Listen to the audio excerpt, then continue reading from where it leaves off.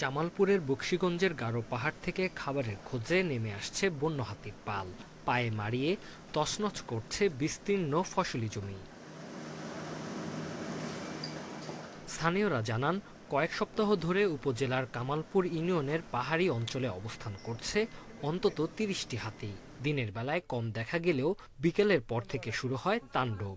হাতির আক্রমণ থেকে বাঁচতে নির্ঘুম রাত কাটাচ্ছে গ্রামবাসী। ধান ক্ষেত খাইছে, এর মধ্যে টাল টুল খাইছে, আর বাড়ি ঘরের এদিক যাওয়ার করছিল।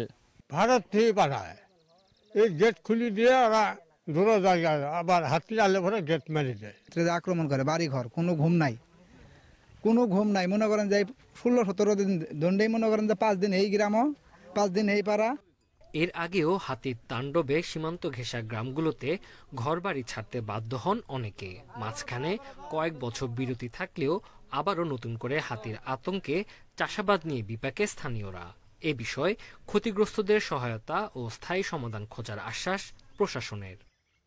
আকুল আবেদন প্রশাসনের কাছে, এই হাতিটা যেন যে কোনো সরঞ্জাম দিয়ে যেন এই হাতিটা প্রতিহত করা যায়। আমাদের এলাকা খুব ক্ষতিগ্রস্ত হয়েছে। যদি স্থায়ী সমাধানে আশা করি, তাহলে আমাদেরকে অবশ্যই একটি বায়োলেটারাল নেগোসিয়েশনে যেতে হবে। যে ইন্ডিয়া থেকে যে হাতিগুলো আসে বা তাদেরকে জোর করে আমাদের এখানে পুশ করে দেওয়া হয় বা তাড়িয়ে দেওয়া হয়, সেটা যেন বন্ধ করা হয়। হাতির আক্রমণে ২০১৯ সালে জেলায় ৩ জনের মৃত্যু হয়। লোকালয়ে হাতির তাণ্ডব থামাতে না পারলে এবারও প্রাণহানি ও ফসলের ব্যাপক ক্ষতির শঙ্কা এলাকাবাসীর।